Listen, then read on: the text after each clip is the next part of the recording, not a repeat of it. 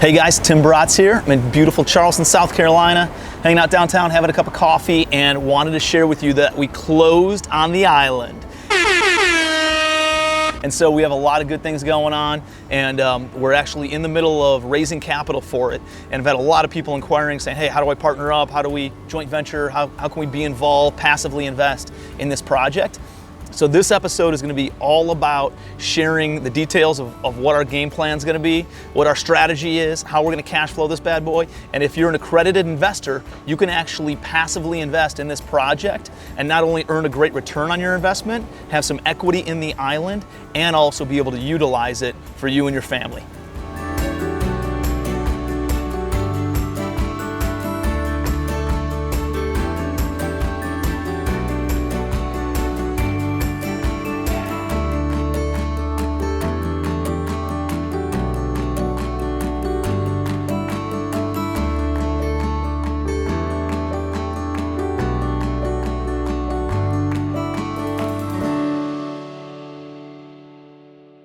All right, so let's dive in. I'm going to give you a high-level overview of what the agenda is going to be. First, we're going to talk about, I'm going to give you some background on my company, Legacy Wealth Holdings, talk a little bit about our business model, talk about how we're mitigating risk in this marketplace, give you an investment overview of Legacy Island, and that's going to be the property, of the business plan, discuss the financials, and then explain what the investment opportunity looks like, and then what the next steps look like if you want to invest with us. So Legacy Wealth Holdings is my company.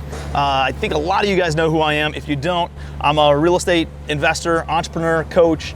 I've done everything you can possibly think of in the real estate world, everything from single family, flips, to wholesaling, to brokering, turnkey, started a big management company, got into small multifamily and rental properties, and now what I focus on is large apartment investments, and that's about 90% of my portfolio. The other 10% of my portfolio is some of these unique, very unique, cash flowing lifestyle kind of assets, like this island, like the mountain house that we have, like beach houses, and some of these kind of luxury, upscale, very unique offerings that we can rent out on Airbnb, VRBO. Great long-term wealth building legacy estates. So my company's Legacy Wealth Holdings. We're a commercial real estate investment holding company. We have internal construction management, asset management, and a coaching and kind of education platform as well. Like I mentioned, our primary business is purchasing distressed apartment buildings, fully renovating them, bringing them to full occupancy with qualified tenants, and then holding on in our portfolio for long-term wealth building. We own over $400 million of commercial real estate, consisting of over 4,000 rental units across 12 different states. Here's my executive team. I have a remarkable team of just rock stars who do an amazing job. Not only are they young, ambitious, go-getters? We've done a ton of volume over a long period of time, and we've been working together for a long time. So the way that we work cohesively and congruently together is not found much in business.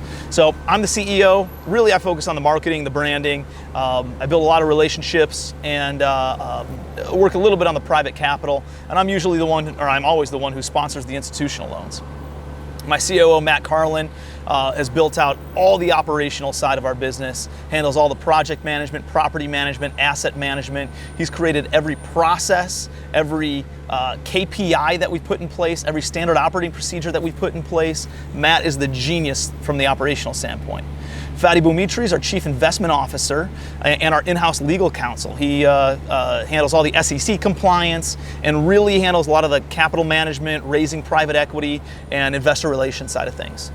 Nick Burton, Director of Acquisitions, handles all the acquisitions, onboarding of deals, transaction coordination, submitting offers on a regular basis, due diligence on the front end, all that kind of stuff. Hank Maxwell is our construction director and handles a lot of the property due diligence, scope of work for the vendors, contractors, bids, all that kind of stuff. And then we have an in-house team, Marty Zietlow, Abby Baglia, that handle a lot of the asset and property management and oversees our entire team on that front as well. So let's talk about our business model. We typically buy distressed properties or undervalued properties, really, and we stabilize them with great renovations, great property management. We're typically all in to these opportunities for about 70% of that stabilized after repair value. So let me give you an example. We might be into an apartment building that's worth $10 million, and we're all into it for around $7 million. That allows us to then refinance once it's stable with a 70% or better LTV loan on the new value, which allows us to then pay back all of our investors, pay back our short-term financing, and then hold on to that property long-term to build long-term wealth. So how do we mitigate risk in our business environment? You know, I've been investing in real estate. I've been in real estate since 2005, been investing since 2009, bought my first commercial property in 2012. And not only have we been doing it for a long time, but we've been doing it at a high volume for a long time. I've been able to look at different investors and their different business strategies and why some of them are able to ride out different economic and market cycles and market conditions, and why other ones are not.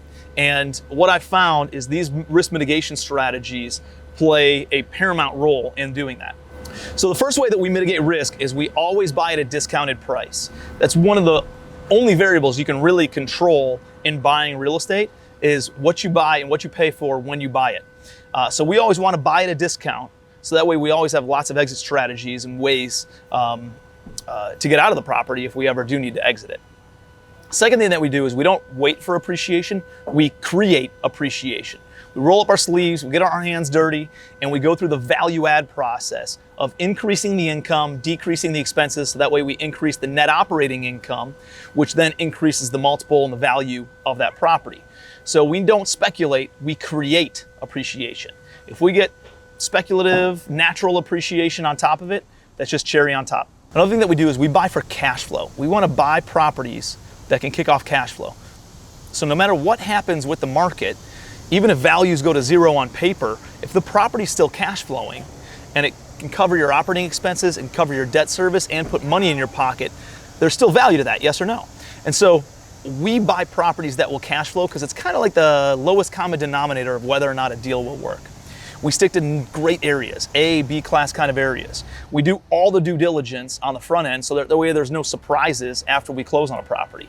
We stress test the underwriting in many different ways, meaning we might be able to get $800 a month in rent. We might underwrite it at $700 or $725 just to stress test that. We might be able to get a 70% LTV loan, and we might underwrite it at 60%.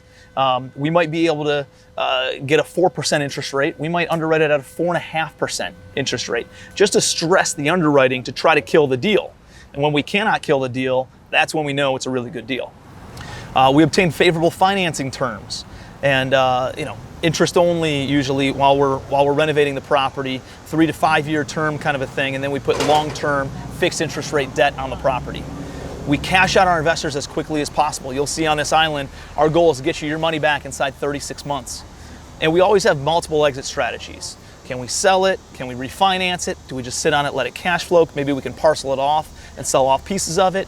There's a lot of different exit strategies in all of our deals, and we can creatively finance and sell things because we've been around the block, we've done this business for a long time, and we've exited and acquired properties in creative ways for the past 15 years. So let's dive into the deal itself. High level, Legacy Island is about an hour and a half south of Charleston, South Carolina. It's an inland island nestled in between kind of like Hilton Head and Paris Island, if you're familiar with where the Marines train. Right by Beaufort, South Carolina, Port Royal, South Carolina. It is a beautiful, booming area right now. And we came across an island called Rose Island that we're renaming Legacy Island, which is 110 acres of uplands. Uplands is buildable acreage along with over 350 acres of marshlands. So it's 460 some acres total of total property that we're buying. And here's a fun fact. Richard Branson's Necker Island down in the Bahamas, or I think they're using the BVIs, is only 74 acres. Ours is 110. Anyways, this is a great area, A-class area, hands down. The property itself, the island again, is inland, and so it's kind of surrounded by marshlands, surrounded by a bunch of conservation land, conservation property. You can only see maybe a dozen houses from this island.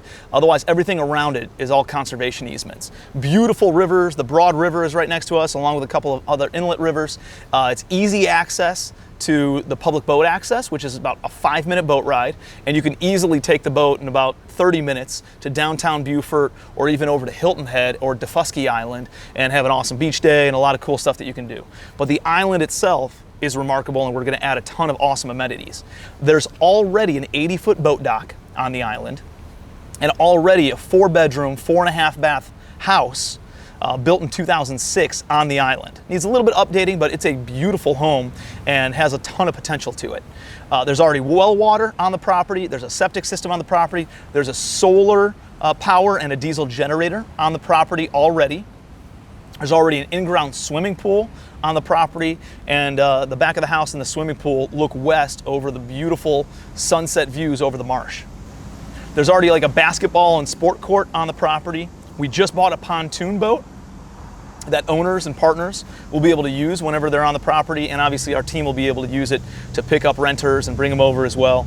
We're going to add a playground. We have an ATV that we're going to have on the property to transport people to and from and across the entire island.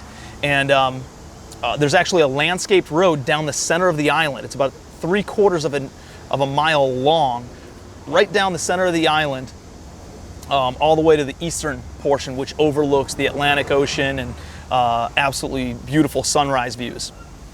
We got rocking and rolling on this phase 1 immediately. So we closed on the property in mid-August. We have had crews staying there on the island for the past couple of weeks, just cleaning up the property, renovating the existing house, renovating the dock, updating the dock, putting new boards in wherever they're rotted out, staining and sealing the dock, and doing a ton of landscaping on the island. This is already rocking and rolling, getting that knocked out over the first 30 days of ownership. Phase 2 gets really exciting. This island's already separately parceled into 20 different lots. We're gonna add a couple of campsites in the middle of the island and put up about 10 tents per campsite, so around 20 total safari-style tents. Different sizes, they're gonna have different amenities. Some of them might have heating and air conditioning in them. Other ones will have maybe some heating with a fan. Other ones might have kind of like a bathhouse, and they might not have a bathroom inside of it, but many of them will have bathrooms and mini kitchens, and they'll all be set up with well water, septic, and access to solar. So you have some modern amenities, even though you're kind of glamping and camping out in the on this private island. Each campsite will have kind of a common area fire pit, along with grills, picnic tables. The island's gonna be very pet friendly, so people can bring their dogs and run around and walk and hike all throughout the island. We're gonna have on-site management, on-site maintenance, on-site cleaning personnel to turn over the units, to handle all the maintenance, to handle all the marketing, to pick up renters to and from the mainland, and then take them on little tours over to Hilton Head Island or Defusky or over to Beaufort, so that way they can access all the amenities of the amazing cities all around. We're also working on purchasing a mainland property for parking and docking right there on the mainland as well, so we don't have to use the public boat access. The renters will have access to kayaks, paddle boards, fishing poles, all sorts of stuff that they can utilize for themselves. We're also going to get some fishing boats, like some John boats, that we'll be able to rent out as well, which will be another revenue stream. We're going to hit the ground running on building out these tent campsites as soon as we're done with phase 1. So that's gonna be fall of 2021, probably mid-September, end of September, we're gonna get rocking and rolling on starting to build out these campsites. As soon as the campsites are done, we're gonna roll into phase 3. Phase 3 is gonna be building a large pavilion on the easternmost point of the island. This is gonna be an event pavilion. It'll be about 5,000 square feet, beautiful timber frame. We'll have a beautiful tin roof on there, and probably have kind of that South Carolina Charleston style vibe with some lanterns, some historic looking brick. It'll have its own restrooms. It'll have a kitchen with storage. It'll have a massive fireplace that we can have some wood burning fires in. People can gather around. It is gonna be perfect to rent out for special occasions, weddings, church retreats, corporate outings, real estate masterminds, all those different kinds of things. People can reserve this space and then actually rent out the tents for the attendees as well. And then this space is going to act as kind of like a gathering area for all the renters whenever it's not being rented out. And we're going to get this rocking and rolling probably in spring, as soon as the first of the year hits, spring of 2022, on the build out of this, so that way it's ready for summer of 2022. Now let's get into the investment side. First of all, I want you to realize this is an investment opportunity for accredited investors only, meaning if you are not accredited, you cannot invest in this. Okay, what does it mean if you're accredited? It means you have a net worth equal to $1 million or more, not including your primary residence. Or you make $200,000 a year for the past couple of years and expect to earn that again this year if you're an individual. Or if you're married, filing jointly, you got to make about $300,000 a year or more for the past couple of years with the expectation of earning that again this year. So it's for accredited investors only. It's a 506c investment opportunity. So we acquired the entire island for $2.5 million. Phase 1 is going to cost us about $155,000. Phase 2 is going to cost around $743,000, and that includes the purchasing of a mainland lot. Phase 3, which is going to be building out that pavilion, is going to be about $679,000. There's some closing costs, some carrying costs of almost 300 grand. So our all-in cost on this is expected to be around $4.3 to $4.4 million. We obtained seller financing for $1.75 million at 4% interest only for 3 years. And then we have an option to extend it for another 2 years, but the rate bumps up to about 8% interest only. But we have a 3 to 5 year term on this. We're going to be raising around $1.5 to $1.8 million from our private lenders, potentially up to $2.5 million. But we have a bunch of banks that are interested in lending us some capital, either as a line of credit or maybe a second mortgage on the property, that will probably utilize that. So I don't think we're going to have, $2.5 million available to raise, which would be about 25 units at $100,000 a piece. We're probably going to be closer to about 1.5 to 1.8, and we already have $1 million of that capital raised. So we don't have a ton of openings, but if you are interested, hit me up because we do have about 8 more openings available. Once this property is built out and we have the 2 campsites with about 20 tents and the pavilion up and running, we expect the net operating income at that time, without even renting out the main house, to be about $584,000 per year. To generate $584,000 per year on only a $4.3 million investment, that means we are yielding a 13.4% return on our investment, or a 13.4% cap rate at our basis. At a 7% cap rate, which is about what this would be valued at, puts the stabilized value at $8.3 million, which means we're creating almost $4 million of equity in this project by doing this build out over the course of just 18 months or so. After all the debt service and paying investors and everything, we will have annual cash flow of over $400,000 per year. And these aren't pie in the sky numbers. We stress tested these numbers, as I mentioned in our risk mitigation strategies, pretty conservatively. We used a rental rate of only $100 per night per tent, assuming we build out all these suites. Every tent's going to be a suite that has its own bathroom and toilet and shower and everything, which is going to be the most expensive tent that it's going to cost to build. And at the same time, would yield the highest rental rate. We were super conservative on the rental rates. We have a rental rate of only $100 per night for that tent in the off season, $150 per night in the fall, and about $250 per night in the high season and holidays. So summers, holidays, $250 per night. I know of glamping campsites like this in middle of nowhere New York, in middle of nowhere Ohio, that rent out tents that are not as nice, with not as many amenities as what are, and that aren't on a private island, that rent out for $300 to $400 per night in the summertime.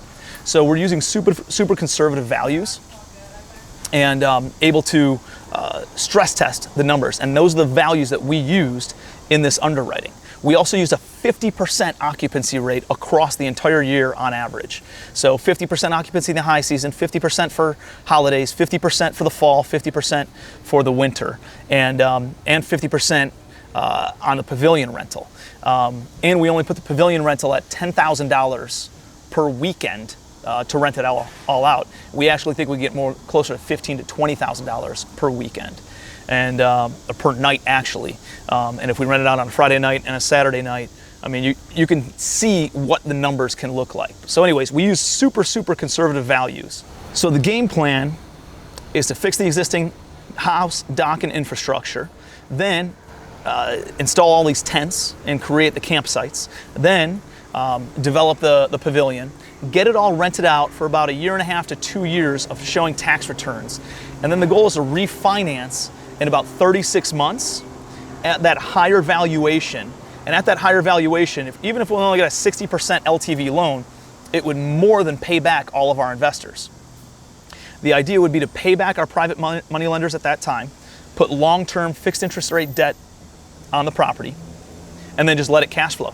Let it pay down principal, let the property appreciate over time, and you as investors still get a percentage of all those cash flows and still gain access to being able to utilize the island for yourself. So let's dive into what do the returns actually look like. Let's assume you invest $100,000 into the island, which is our minimum investment amount. You get paid 5 different ways. The first way that you get paid is in a fixed preferred annual return, meaning on your $100,000, we pay a 4% annualized return regardless of the property's performance. You're making 4% predictably on your money, paid out on a quarterly basis. 4%, hey, nothing really to write home about. You're not going to get rich off of it, but it's nice, and I think it's respectable enough of a return where you're beating the market, you're beating what the bank would ever pay you, and you have a good predictable rate of return on your money.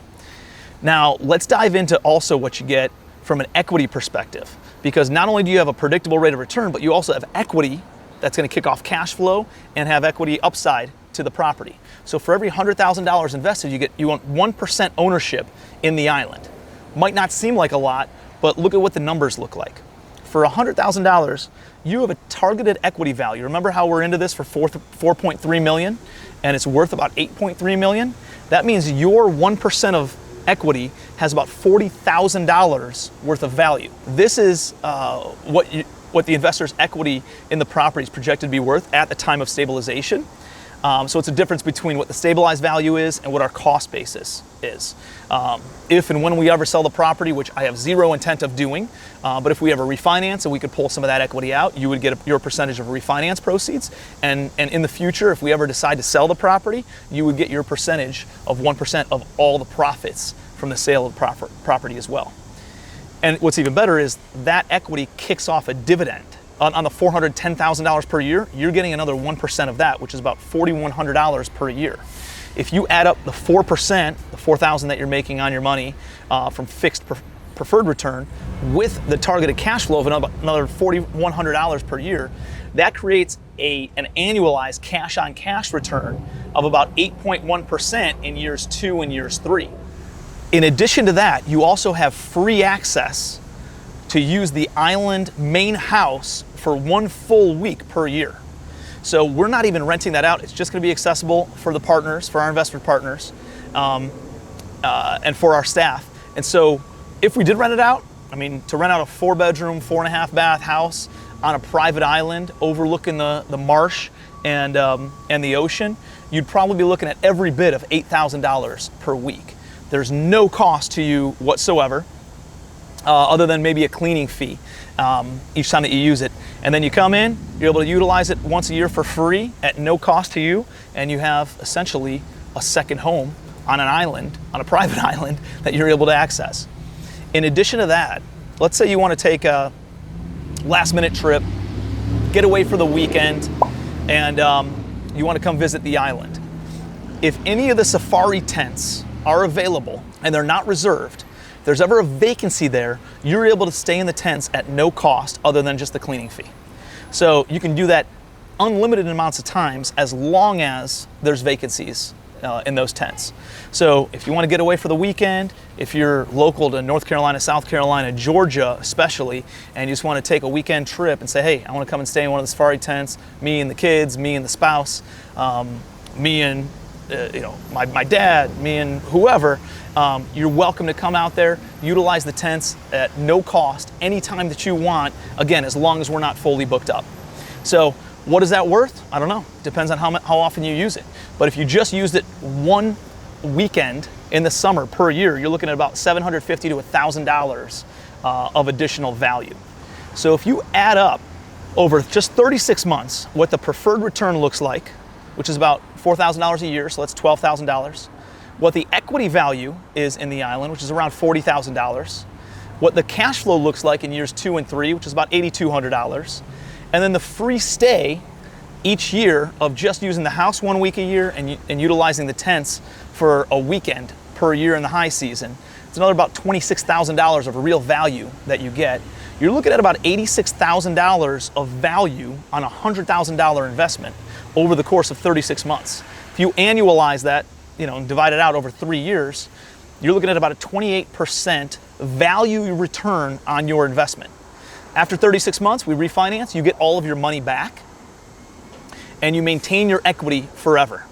It never gets diluted. Even if I raise more money in the future, your equity never ever gets diluted. I dilute my own equity on the GP side if I have to raise more capital, or if we want to build out the next phase of tents, which means, and I didn't even hit on this, but we're depending on the demand on these first 20 tents, we have the ambitions and the goals to build out another 2 campsites to put a total of about 40 tents on the island.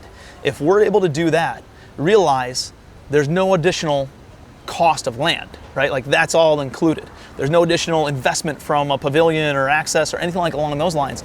We're just adding more tents. And so there's a little bit of an investment to add more tents, but what that does from a return on investment standpoint is off the charts. We actually we expect a net operating income of not $580,000 a year, but about $1.2 million per year just by adding 40 more tents for about a $500,000, $600,000 investment. So we're able to get 100% return on our investment in that first year. If we're still only occupied at a 50% occupancy rate, it allows us to then still generate that much more revenue, even taking on additional overhead, taking on additional management fees, additional staffing needs because of the amount of demand that's there.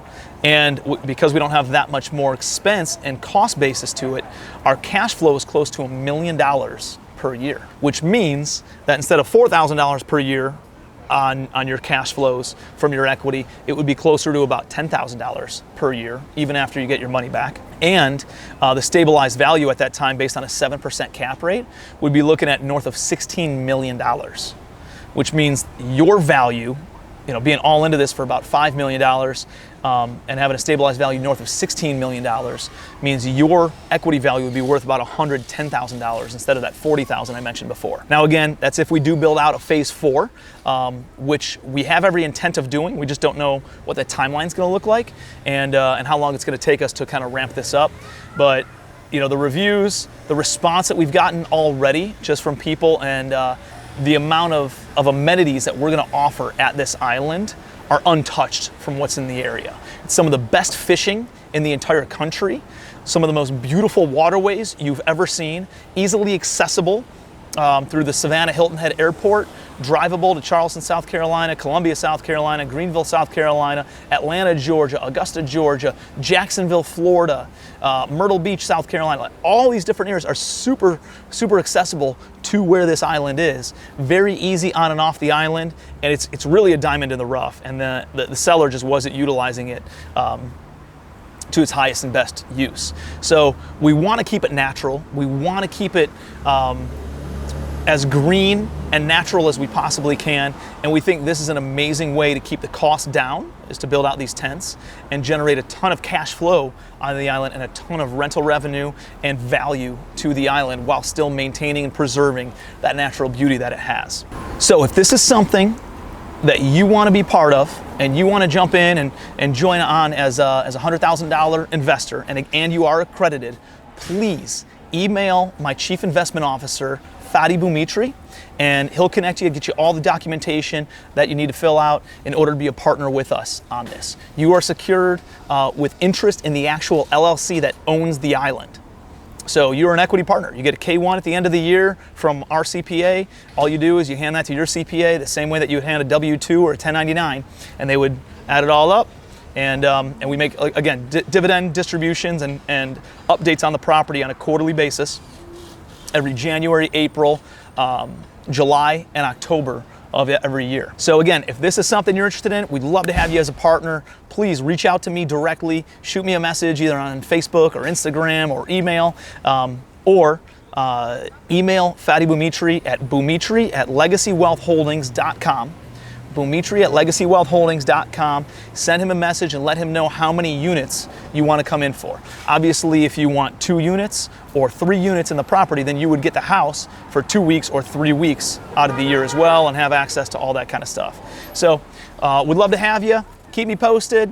I'd love to build some wealth with you. I appreciate you watching. And until next time, be your best.